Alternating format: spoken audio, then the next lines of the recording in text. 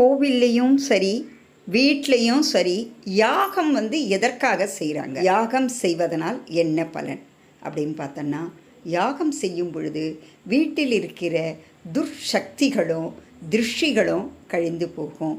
அதே போல் கோவில்களில் ஏன் செய்கிறேன்னா, மக்கள் வராங்க, அந்த மக்களுக்கு நல்ல கதி ஏற்படணும், அவங்க நினைத்த காரியங்கள் ஈடேற வேணும்னு சொல்லிட்டு இந்த தீயை வளர்த்து அதில் ஆகுதியாக எல்லா பொருள்களையும் போடுவாங்க.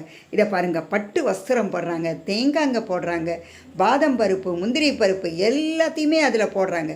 இப்படி போடுவதனால் அவர்களுடைய வாழ்க்கை செம்மையாக இருக்கும். இந்த தீ எப்படி மேல் எழும்புதோ அதுபோல அவர்களுடைய வாழ்க்கையிலும் அத்தனை செல்வங்களும் வரும்.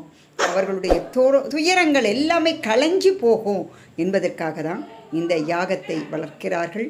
அந்த காலத்தில் இருந்து முனிவர்களும் நாட்டில் நல்லது நடக்கணும் என்பதற்காகவே யாகங்கள் செய்தாங்க. பாருங்கள், நல்லது கிடைக்கும்.